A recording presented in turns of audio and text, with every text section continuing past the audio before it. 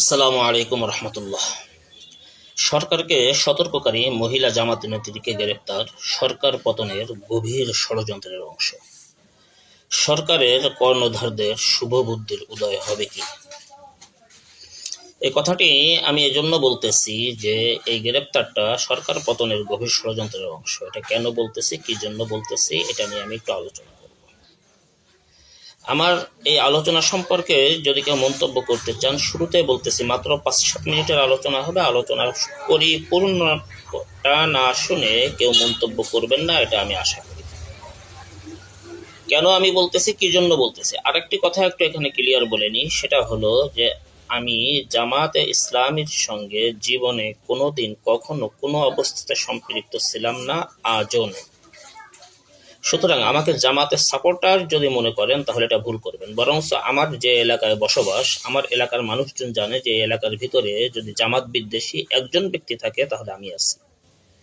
আমি জামাত ইসলামকে পরিপূর্ণরূপে পথভ্রষ্ট মনে করি। সুতরাং আমাকে জামাতের সঙ্গে মিলানোর কোনো চেষ্টা যদি কেউ করেন সেটা অপচেষ্টা ছাড়া আর কিছুই হবে না। যাই হোক, জামাতের একজন মহিলা নেত্রী বা মহিলা কর্মী সাউদা সুমি নাম, যে একটা পোস্ট করছে, যে পোস্টটা ছিল নিজের করা পোস্ট না, সে ওখানে লিখেও দিছে যেটা কপি পোস্ট জায়েব খান নাদিমের থেকে। সুতরাং যদি গ্রেপ্তার করতে হয় জায়েব খান নাদিমকে করতে হবে, একে গ্রেপ্তার করার কোনো যুক্তি আসে না। এটা হলো প্রথম কথা। দ্বিতীয় কথা হলো যে সে কি পোস্ট করছে, সে সরকারের বিরুদ্ধে পোস্টে একটা কথাও বলছে, এটা আমার মনে হয় না। প্রথমত তার পোস্টটা একটু আমি আপনাদেরকে পড়ে শুনে এবং সে অনুযায়ী একটু বিশ্লেষণ করি। সে লিখছে যে মনে হচ্ছে সরকার কিছু একটা লুকাচ্ছে।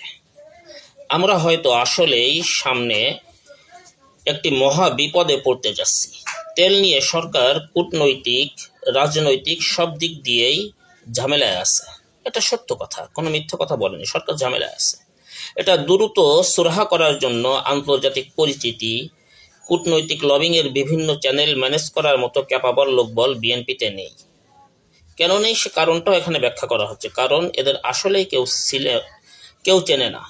20 বছর ক্ষমতায় না থাকায় এদের পরিচিতি হারিয়ে গেছে।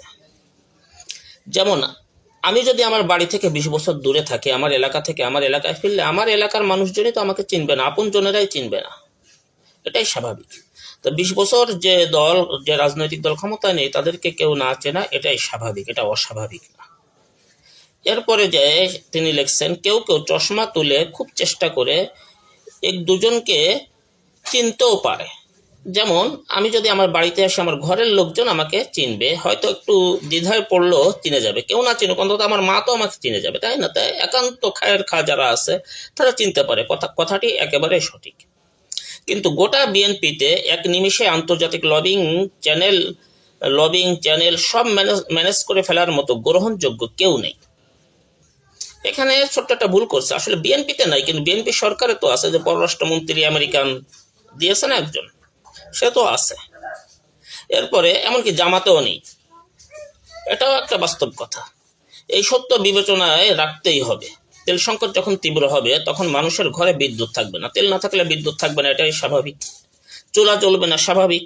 জিনিসপত্রের দাম আকাশ ছোঁয়া হবে, এটাও স্বাভাবিক। অবাস্তব কোনো কথা তিনি বলেন নাই। খাওয়া জুটবে না, দুর্ভিক্ষ দেখা দিতে পারে। এবং যখন দুর্ভিক্ষ দেখা দেবে তখন কি হবে? উনি লিখছেন যে মানুষ সরকারকে টেনে হিসেবে ক্ষমতা থেকে নামাবে। আমরা জানি 74-এর দুর্ভিক্ষের সময় একটা ট্রেন্ড হয়েছিল যে ভাত দে হারাম জাদা, নইলে মানচিত্র চাবিয়ে খাবো, মানচিত্র খেয়ে ফেলবো, এই জাতীয় কথা। তা মানুষের পেটে যদি খাবার না থাকে তখন তো মানুষ সরকারকে টেনে হিসেবে নামাবে, এটা স্বাভাবিক। তো তিনি তো সরকারকে সতর্ক করতেছেন, সরকারের বিরুদ্ধাচরণ তো করেন নাই। এরপর লিখছে এগুলো এক্সট্রিম পর্যায়ের পরিণতির কথা বললাম, আশা করি এই পর্যায়ে দেশটা যাবে না।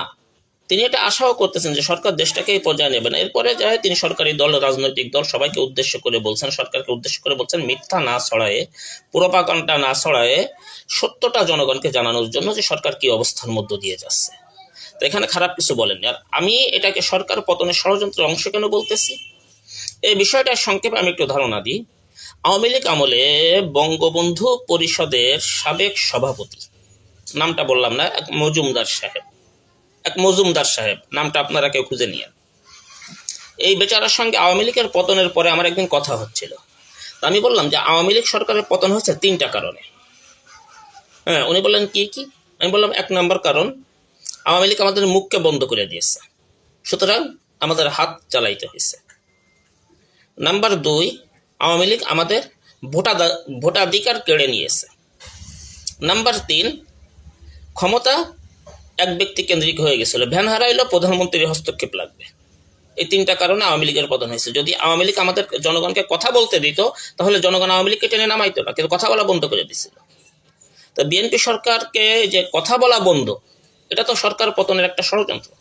আমার বিশ্বাস যে সরকারের দায়িত্বশীল পর্যায়ে কেউ এই মহিলাকে গ্রেপ্তার করতে বলেনি, এটা আমার বিশ্বাস। অতি উৎসাহী প্রশাসনের ভিতরে যারা আছে তারাই গ্রেপ্তার করছে।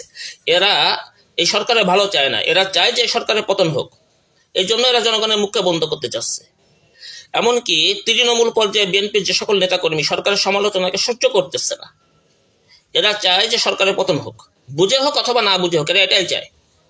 কারণ যতদিন জনগণকে আপনারা মুখ খুলতে দেবেন, কথা বলতে দেবেন, ততদিন পর্যন্ত সরকার পতনের আন্দোলন হবে না। যখন জনগণ মুখ খুলতে না পারবে, ক্ষোভ পুঞ্জীভূত হবে, তখন সরকার পতনের আন্দোলন হবে।